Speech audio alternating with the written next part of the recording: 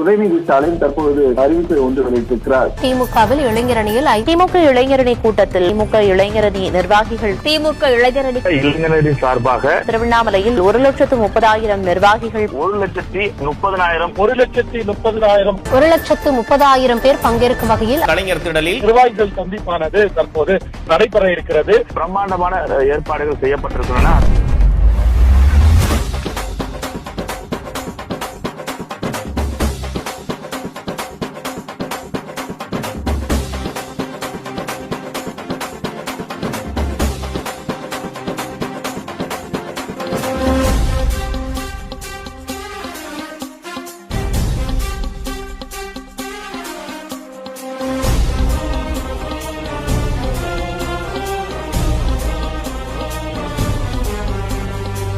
வரும் ஞாயிறு 14ஆம் தேதி